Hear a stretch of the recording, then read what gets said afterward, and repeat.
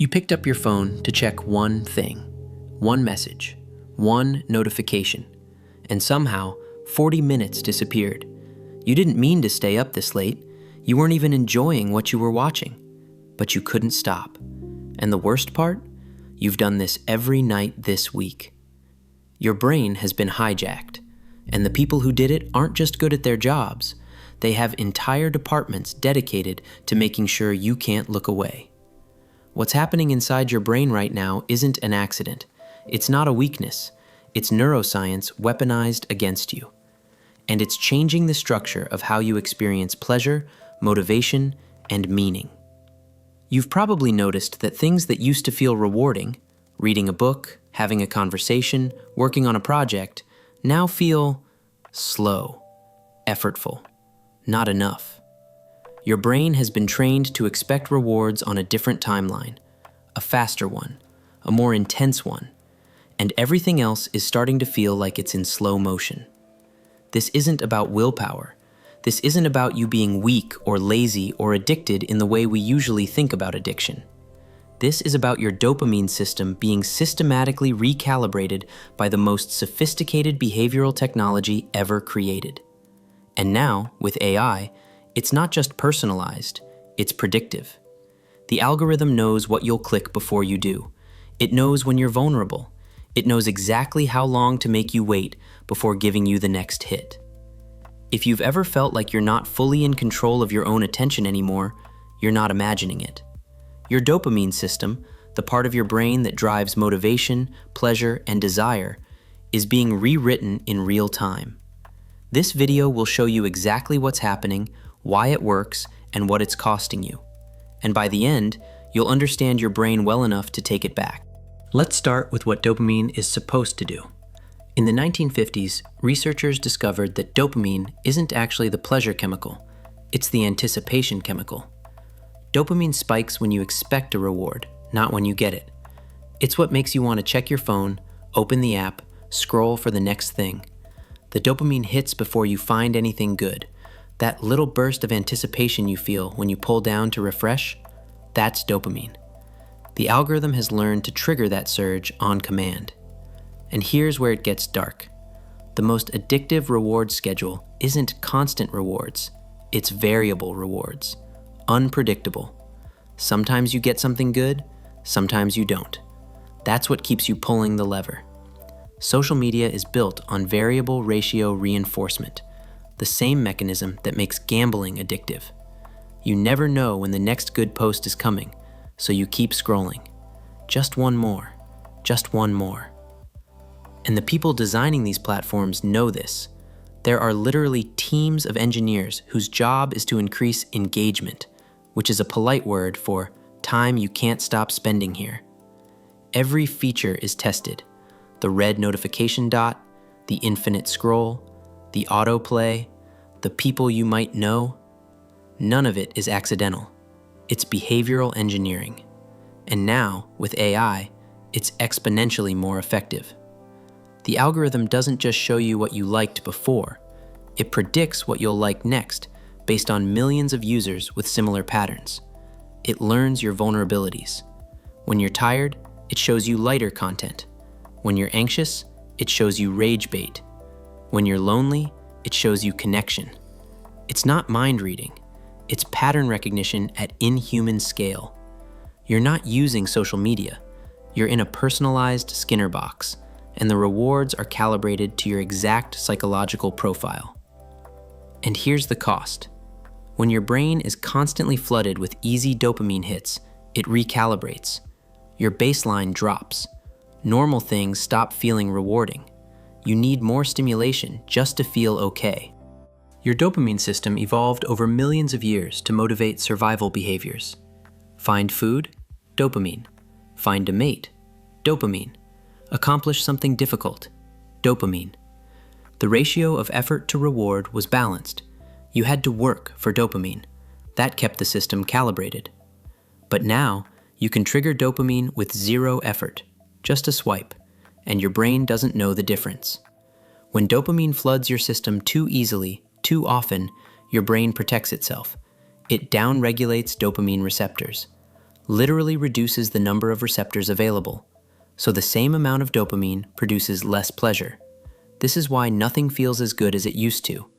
It's not that the activities got worse, it's that your brain's ability to feel pleasure from them has been numbed. You need bigger hits just to feel baseline. Scientists call this dopamine desensitization, and the research is clear. Heavy social media use correlates with the same brain changes seen in substance addiction: lower dopamine receptor availability, reduced impulse control, heightened craving. You start experiencing anhedonia, the inability to feel pleasure from things that should be rewarding. Conversations feel boring. Hobbies feel like work. Even rest feels uncomfortable because you're not getting the dopamine hit you're used to. And this creates a vicious cycle. You feel flat, so you reach for your phone. You get a temporary spike. Your receptors downregulate further. You feel even more flat, so you reach for your phone again. And the AI makes it worse. It's not just serving you content, it's learning when you're most vulnerable, when your willpower is low, when you're stressed, bored, or lonely. And that's when it serves you the most addictive content. Your dopamine pattern starts looking like an addict's EKG, flat baseline with sharp, unsustainable spikes. A healthy dopamine pattern has gentle, sustained elevation from meaningful activities. Yours has been replaced with spikes and crashes. And it gets worse. The prefrontal cortex, the part of your brain responsible for impulse control and long-term planning, starts losing the battle to the nucleus accumbens, the craving center. You know you should stop, but you can't. The craving wins. Studies show average attention span has dropped from 12 seconds to 8 seconds, shorter than a goldfish. But it's not because we're dumber. It's because our brains have been trained to expect novelty every few seconds. Your ability to do deep work, to focus on one thing for hours, erodes. Because deep work doesn't give you dopamine every 30 seconds. It gives you dopamine at the end. And your brain has forgotten how to wait that long. You used to be able to do this. As a child, you could play with the same toy for hours, read for hours, build something for hours. That capacity isn't gone. It's been trained out of you. And the cost isn't just your dopamine system, it's your time. 6 hours a day scrolling is 2,190 hours a year. That's 91 full days, 3 full months of your life, every year, just gone. But the deeper cost is what you didn't do, the book you didn't write, the skill you didn't learn, the relationship you didn't build, the person you didn't become, because your dopamine system was busy chasing digital slot machines. So what do you do? How do you reclaim a dopamine system that's been hijacked by the most sophisticated behavioral technology ever created? First, understand that this isn't about willpower. Willpower loses to dopamine every time. You need to change the environment, not rely on self-control. If your phone is in your pocket, you'll use it. Put it in another room. Second, consider a dopamine detox. 24 to 48 hours where you remove all supernormal stimuli. No phone, no internet, no sugar, no porn, nothing that gives you easy dopamine. Yes, it will be uncomfortable. That discomfort is your brain recalibrating. During the first 24 hours, you'll be bored, restless, almost anxious. That's withdrawal. Your brain is used to constant stimulation. But if you sit with it, something happens. Your baseline starts to rise. The world starts to look interesting again. Your dopamine receptors begin to upregulate. They come back online. And activities that felt boring, reading, walking, conversation, start to feel rewarding again. Not immediately, but gradually. Third, replace supernormal stimuli with slower dopamine sources. Physical books instead of scrolling. Cooking instead of ordering. Creating something instead of consuming. The dopamine comes slower, but it lasts longer and doesn't crash your system. Fourth, relearn delayed gratification. Do hard things that only give you dopamine at the end. Write for an hour. Exercise. Build something. Your brain will resist. It wants the quick hit. Don't give it one. Teach it to wait. Fifth, disable all non-essential notifications.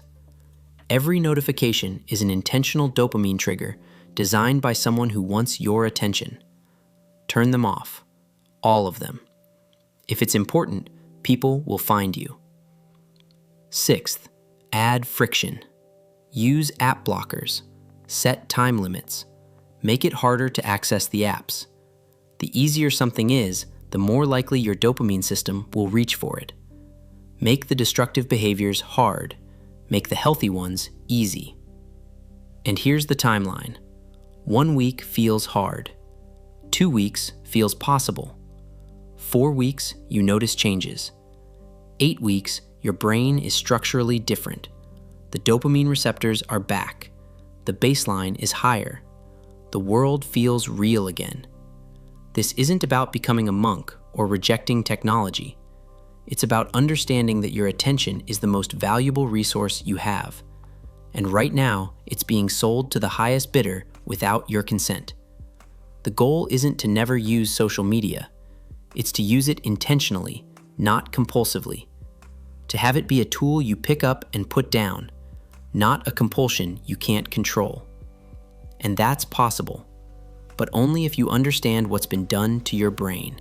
Your dopamine system was not designed for the world you're living in.